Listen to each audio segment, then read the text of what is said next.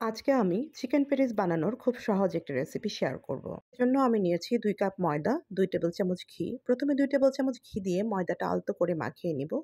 আর দিয়ে দিয়েছি স্বাদমতো একটু লবণ। হাত দিয়ে মাখিয়ে নেওয়ার পর যখন ময়দাটা ঘিয়ের সাথে একদম মিক্স হয়ে যাবে, তারপর আমি অল্প, অল্প করে পানি এড করে দিয়েছি। এই খমিরটা কিন্তু পরোটার মতো হবে না। পরোটা যেতে একটু শক্ত হবে। পানিটা অল্প, অল্প করে এড করে দিতে হবে এবং খুব সময় নিয়ে ভালোভাবে মাখিয়ে নিতে হবে। মাখানো হয়ে গেলে আমি এটা ০.৫ ঘন্টার জন্য ঢেকে রেস্টে রেখে দিব। তারপর আমি ময়দার ভেতরে দেওয়ার জন্য নিয়েছি ৩ টেবিল চামচ ঘি আর তার সাথে আমি এড করেছি ২ চা চামচ কর্নফ্লাওয়ার। চাইলে আপনারা ময়দাও ইউজ করতে পারেন, দিয়ে ভালোভাবে মিক্স করে নিতে হবে। এই কিন্তু প্যাটিস বানানোর টিপস। তারপর মাখিয়ে রাখা খমিরটা থেকে আমি যেই কয়টা পরোটা বানাবো সেই কয়টা লেচি বের করে নিয়েছি। তারপর সেগুলো আস্তে, আস্তে বেলে পরোটার ভাঁজে আমি দিয়েছি এবং ভেতরে দিয়েছি ওই যে গুলিয়ে রাখা ঘি দিয়ে কর্নফ্লাওয়ার দিয়ে যেই মিক্সচারটা আমি রেখেছিলাম সেটা অল্প, অল্প করে দিয়ে একদম পরোটার ভাঁজে আমি করে রেখে দিয়েছি। আমার আমি এখানে ১ম এ নিব ৫ টি পরোটা এবং এই যে ভাঁজ করে রাখা পরোটাগুলো থেকে আবার আমি বেলে নিব। আবার বেলে নিয়ে আবার আমার যেই মিক্সচারটা ছিল সেই মিক্সচারটা দিয়ে আমি একটা, একটা করে পরোটা বেলে তার উপরে দিয়ে দিব। দিয়ে চাপ দিয়ে বাতাসটা বের করে নিব। তারপর আলতো করে আমি বেলে দিব। নিয়ে আমি পেটিসের শিটগুলো আমার পছন্দ মতো শেপ করে কেটে নিব। পেটিস আমরা সাধারণত ৩ কোনা করে খেতেই পছন্দ করি এবং দেখতেও ভালো লাগে। তারপরেও আমি বিভিন্ন ধরনের শেপ দেওয়ার চেষ্টা করেছি এবং সবগুলোই এখানে আমি দেখাবো আজকে। আপনারা চাইলে কিন্তু পেটিসের শিটগুলো আগের দিন বানিয়ে রাখতে পারেন। যেদিন পেটিস করবেন সেদিন আপনারা জাস্ট খালি বের করে ভেতরে স্টাফিং দিয়ে বেক করে নিতে হবে।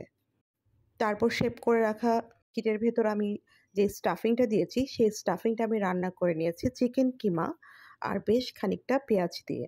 যেহেতু এটা বাচ্চারা খাবে এই জন্য একটু গ্রেভি করে দিয়েছি। তারপর ডিমের কুসুমটা আমি ব্রাশ করে দিব।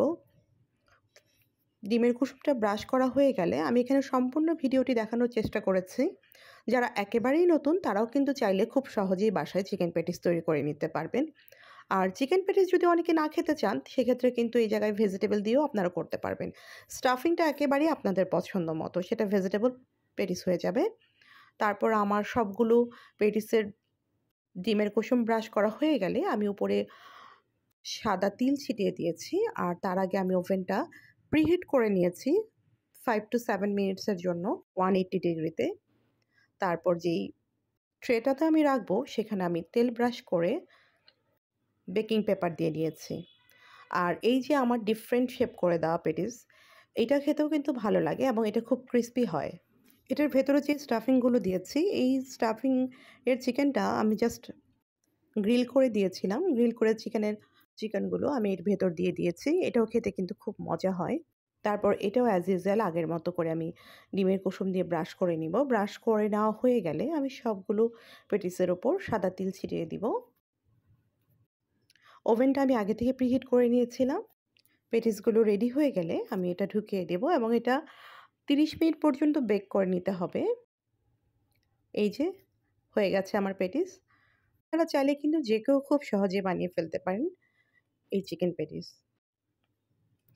আমি এইভাবে রেডি করে রেখে দিয়েছি। তারপর একটা, একটা করে ট্রে নামিয়ে নিয়েছি। আলহামদুলিল্লাহ অনেক মজা হয়েছে এবং অনেক ক্রিস্পি হয়েছিল।